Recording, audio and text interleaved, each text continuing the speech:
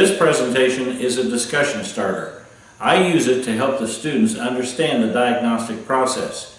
Remember, if you're an instructor on YouTube, these videos have audio, but on my website you can download the presentation that doesn't have any audio. That way you can start it and stop it, add things, take things away, use it however you can to fit your session. If you're not an instructor but you're learning this trade, remember, the diagnostic process is learning how to think correctly. Note the first slide. It's titled, "What do you do when the scanner isn't any help?" It's the first slide for a reason. I simply put it up and ask the students for their answers. Now listen carefully to their answers so that you can bring those answers back into the discussion as those answers become relevant.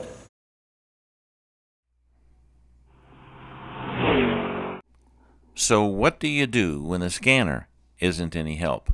Well, we've got a 98 Dodge Stratus now with a 2.5. The customer came in and had a complaint that it started losing power, stalled, sputtered. Now it cranks, but it won't start. What would you do next? Well, we used our scanner. We found no codes, no pending codes, and all the data looked normal. Well, I thought scanners are supposed to tell us what was wrong with the car. Keep in mind now, this is a 98, so OBD2 hadn't been around for a long time yet, so the diagnostics in this software version was still pretty elementary.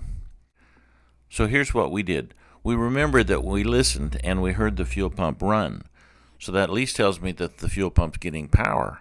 I don't know about pressure yet, but at least the fuel pump's getting power. We took a screwdriver and grounded it through the spark plug boot, cranked it, and we saw that we had spark. So the fuel pump's running and we've got spark. We added an external fuel like carburetor cleaner or ether, and it still didn't start. We used a Noid light and confirmed that the injectors were being pulsed. So that tells us that the computer at least is getting a signal, interpreting that and commanding the injectors on. We don't know if they're squirting yet, but they're being commanded on. Now, based on the complaint, we didn't suspect timing or compression now, and the reason is because it was running and then it developed a problem. Can't be sure, but I'm not going to pursue timing or compression just yet until I find some other things. So what's the deal? We got fuel, we got spark, we got compression. Yes, we've got those things, but these are only at the basic check level. It's time to get more accurate. If the fuel pressure was bad, that adding spray should have caught that, and it didn't. So I'm going to skip the injectors now because I don't think that's the issue. We used an actual spark tester to see how much spark we actually had. Here's how to do that. Now let's talk about kV for a minute. In the video, I said that a coil should deliver at least 10 kV, preferably 30 or 40 kV. What is kV? It is kilovolts, or 1,000 volts. Now the battery has 12 volts, and if the alternator is charging, you might have 14 volts. That's not enough for ignition. Why? Because the spark plug has a gap, and we've got to be able to bridge that gap. Now, if 12 volts was enough, we could just simply hook the battery up to it. But that gap is so big that 12 volts isn't going to work. Remember, voltage in a circuit, the circuit has to be connected. If it's not connected, if there's no continuity, it's an open, current won't flow. This is an open. That spark plug gap is a pretty big open. So we need a lot more than 12 volts. Now in the video, I said that you could take a screwdriver, stick it into the end of the spark plug, touch metal, and see if you have spark. But how much? All you know is you have spark. Now a coil should be able to deliver 10 kV. If it can't deliver 10, it's gone, it's bad. But for good ignition, it should be able to develop 30 or 40 kV.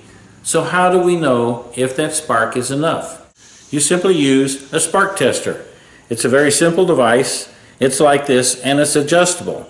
You can clamp this on to some piece of metal, and then you can screw this in for less spark plug gap or more. And if you look closer on the inside as you screw this in and out, you're adjusting, and there's numbers in there to tell you if you have 10, 20, 30, or 40 kV. Now this is how this comes. But honestly, this clamp on the end is weak. It's going to break on you and be frustrating. So what I simply do is when that clamp breaks, I just take it and I solder a wire onto this spark tester and put a nice little alligator clamp out here. Gives me more distance as well. Now this one here, it's a different brand, but you can see the markings better. It's going to show you if you have 10, 20, 30, 40 kV. So to measure your kV, you simply put this at 10 kV and see if you have spark. Then you screw it out until you get to 20 kV and see if you have spark. If you have spark, you're good. You go to 30 kV and see if you have 30 kV or 30,000 volts. If you do, that coil is pretty healthy. I always go out to 40 and see if I can get 40,000 volts to bridge this gap. If that coil will deliver 30 or 40 kV, then it's good. If that coil will only bridge a 10 kV gap, then your coil is weak, it won't support combustion, and you need to replace your coil. That was my old Spark kV tester. Here's the newest one I've got. It says the numbers much easier on there, and it still goes to your spark plug, and then you can screw this in to adjust the difference. It's got a nice long wire to it and a much stronger clamp. So we had spark at 10 kV, but nothing above that. 10 kV is not enough. A good coil should develop at least 40 kV. This one did not. That is evidence. So the coil is bad. It's time to dig it out. We replaced the distributor because that's the only way to get a coil. It starts and it runs great. So when that expensive scanner gives you no help, it simply means that it's not a problem that the computer will identify. So it's back to using your head, some basic cheap tools. We used some carb spray. We used Noid lights to tell if our injectors and if the computer was being commanded on. And we used a spark tester. So what do you do when the scanner isn't any help? You use your head, your training, you think it through, gather evidence, and you let the evidence lead you to the problem.